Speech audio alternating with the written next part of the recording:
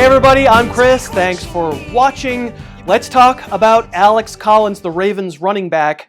I am rather low in my estimation fantasy-wise on Mr. Collins for 2018. He's not inside my top 30 running backs. The market has him significantly higher than that. I'm going to show you some plays why I'm not into him. I can't argue with the production last season. Even not playing all that much in September, he still wound up almost a top 15 running back in standard leagues last year, and there's a lot of love for him out there. A very unexpected story. I can't argue with the numbers from 2017. He wasn't even on the roster when training camp ended. He was with Seattle. He was a late camp cut and wound up producing quite good numbers with the Ravens. I'm going to show you why I'm just not that into Alex Collins. My primary complaint with Collins is going to be about his lack of lateral agility, his lack of really hard cutting.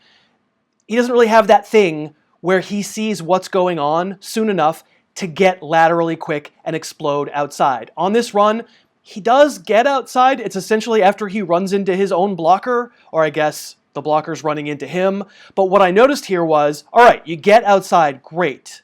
That means it kind of turns into a potentially big play.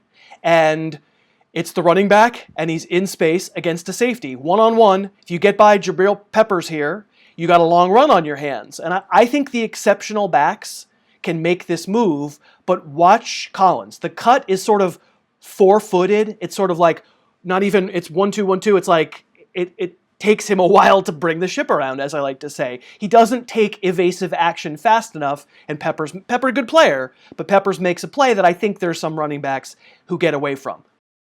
Okay, quick break, because I want to thank DraftKings for sponsoring today. So I have the 2018 Player Profile Almanac that you really should be drafting with this year, and you can get it for free by making a first-time deposit of $10 at DraftKings.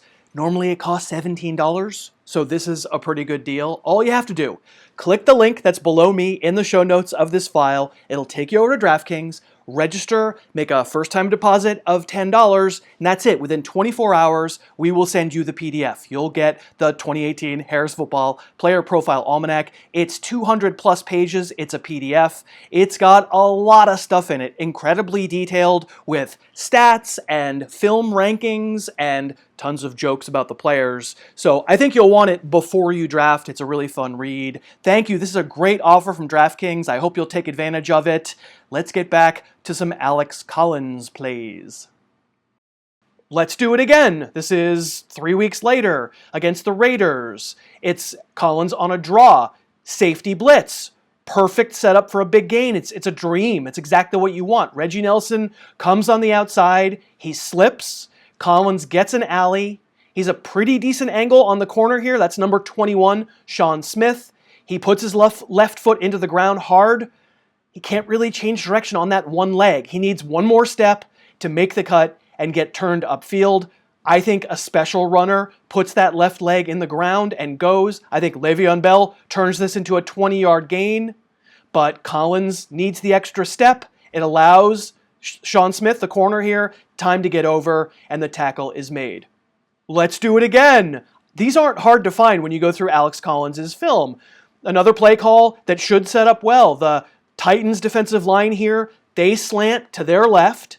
The play is designed to cut back to Collins' left. That's a great recipe. There's room for a big run to the outside here, but he sort of has to see and then cut around number 97. That's a defensive tackle. That's Carl Klug.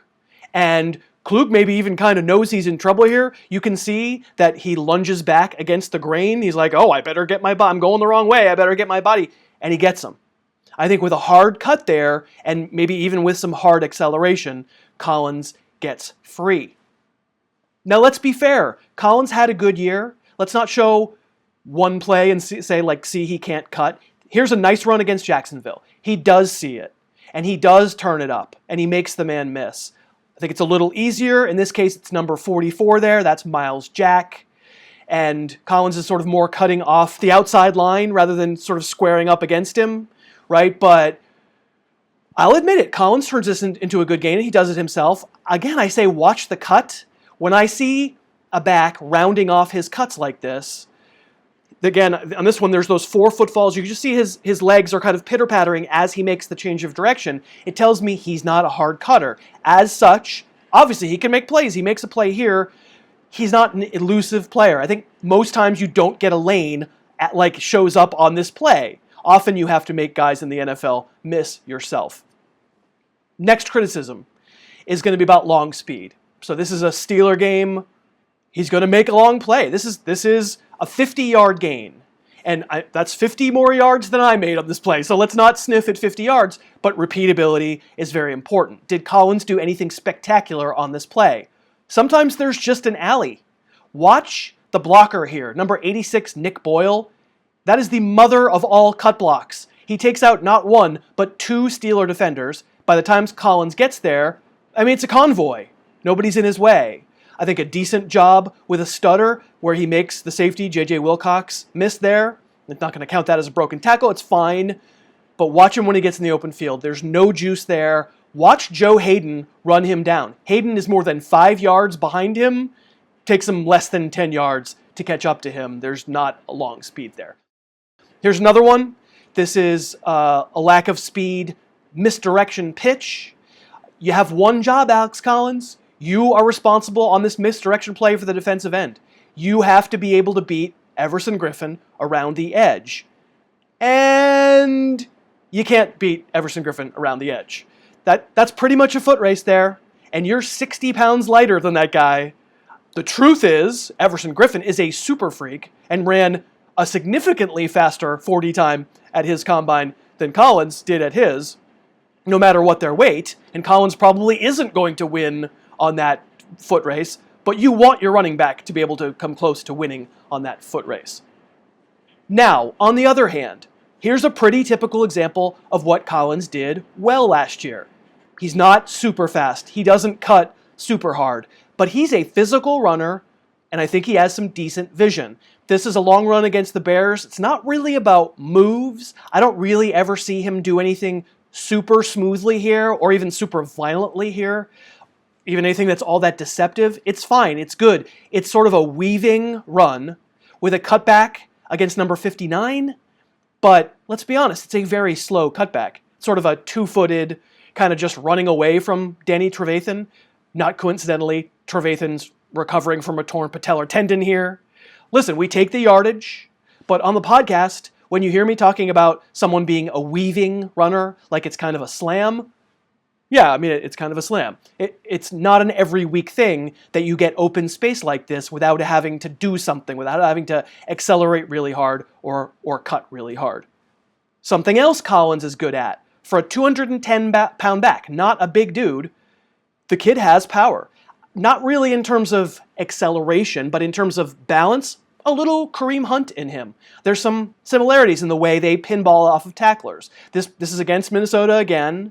And it's not flashy because it's not like he takes a huge direct shot where you go, oh, I can't believe it. But he gets hit, sort of bang, bang, by these two. It's Linval Joseph and Eric Kendricks are the two defenders, two good defensive players. And Collins is able to stay on course. And I think it probably should have been a loss. But because he has that balance that translates to some Kareem Hunt-esque looking power, he turns it into a short gain that I like that. Or how about this one? This is a good one. It's a simple screen. Something the Ravens didn't do a lot of. They didn't throw it to him much last year. But this is just a little flat pass, and 2 Steeler tacklers have him dead. And that's impressive, right? To be able to barrel over those defenders like that. 210 pounds, that's fairly impressive. I'm not going to take that away from him. And there's good stuff on his film, for sure. Just not enough for me to be interested. Alex Collins is a top 20 running back fantasy draftee right now. He's going ahead of Stephon Diggs and Brandon Cooks and Alshon Jeffrey. I think that's crazy. If I'm at the point where I feel like I need to consider Collins, I'm going to take one of those wide receivers and solve running back in some other way. And I know some folks are going to point to the depth chart and say, well, who else is there? I can't rely on Kenneth Dixon. I can't rely on Buck Allen. I don't know. It's a workload. I think that's a losing argument in fantasy. If you listen to my podcast, you know that I don't particularly love that argument because it's the same argument people were making for Terrance West last year. In the end, if the kid can't wind up handling it, they'll find someone else. They'll replace him. They'll make it more of a platoon. You want to draft good players. You want to draft very good players. I think Alex Collins is sort of the platonic ideal of an average and in some ways maybe a little bit below average running back.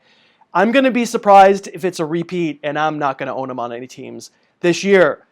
Hey, it's August, and that means it's Almanac time. I hope you'll take a look at the 2018 Harris Football Player Profile Almanac. I spent 2 months writing it, watching film just like in this, and you can find all my thoughts on all the players you need to know for this year.